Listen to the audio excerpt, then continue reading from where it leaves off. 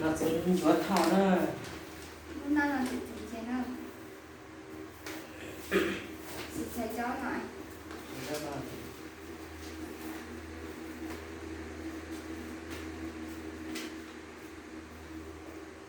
thế nào nhưng chị là có nào chị bạn này là cái chuyện lười nữa lười nó luôn nào ủa lên mấy nó tự nó lúc xía trên là trên nào thì chị lấy con mà thì lúc nó chị đúng rồi thì mình sẽ cái đây là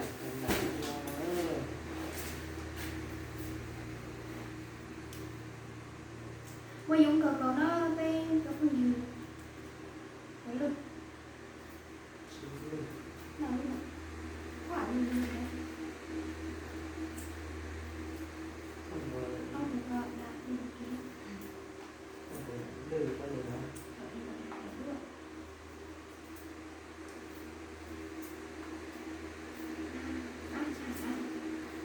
những nó lại tới hai để tới là tao lợn ơi các cực lý nữa nọ lắm hả đó là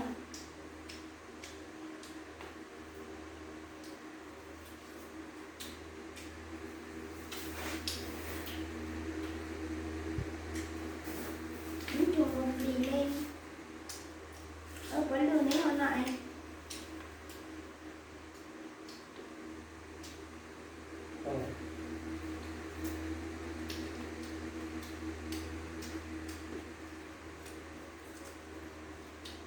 nhưng chỉ số bao nhiêu sẽ tạo nên cái gì nữa và còn xây những các cái mà ra tất cả này là cái gì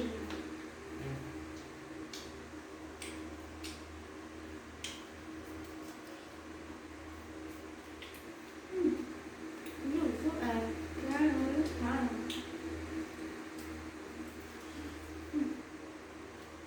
có lười nè nó nó chơi gì đó thì sao có lười nó thì có cái bé chơi gì không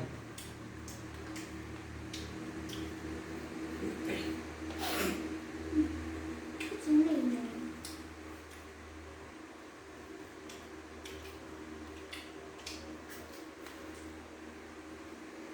tôi có thể tao rồi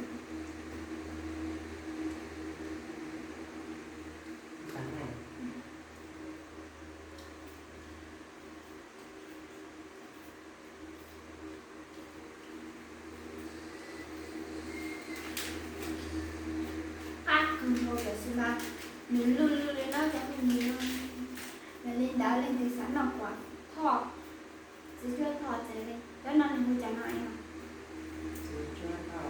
trong mà mình thì cũng trả đi cả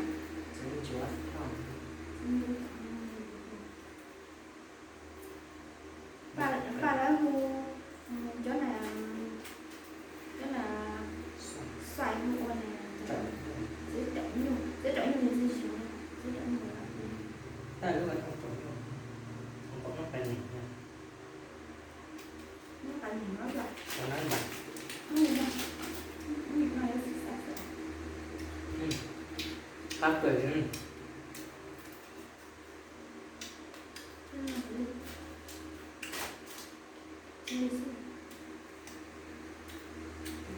Fan mình nhớ thì tụi trong đã bé một cái hình này không để đàn những nạn nhẹ ta cho cái yếu tay hai luôn người ta cứ xếp một nhóm chỉ cho thằng nó nhưng mà chúng ta thấy như là đang có nó sẽ tôi có là tôi có là mình rồi tôi sẽ bắt sau nó mong là sau những cái bắt thời tôi có hả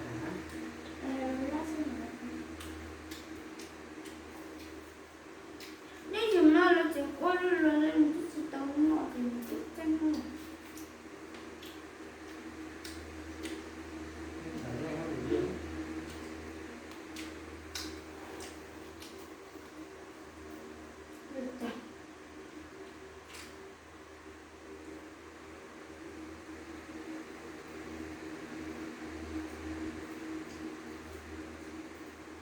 ta mình đâu có thể mình tới luôn rồi.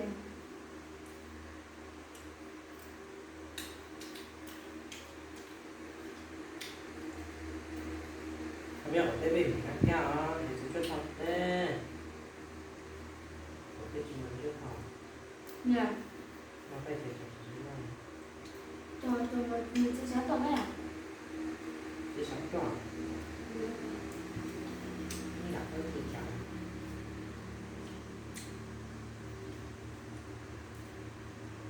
Anh là từ bé mà. Cái sự cuộc trang là Nào à.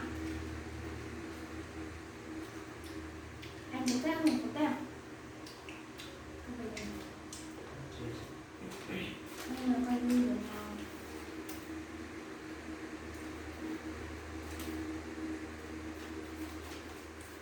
làm chọn có này sơn. Thì đó là người xác định chúng ta đấy. Nào mà cứ lượt tả này. Wow. Anh. Cho nên đi. Nó Chưa. Mất cho thằng con. Cho thằng con lạnh với thằng mà. cảm ơn lặng xuyên hồ. Anh ơi.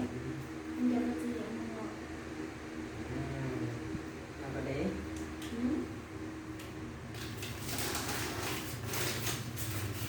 Cái này chưa chín đâu, cam bạn ơi.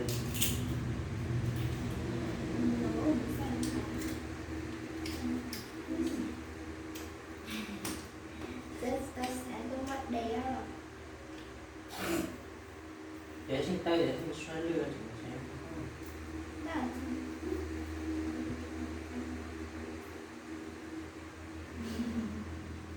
cái đó rồi. Anh đây là cả. Nó là phải sao? Cái con nguy hiểm. Cái này rồi đó nè.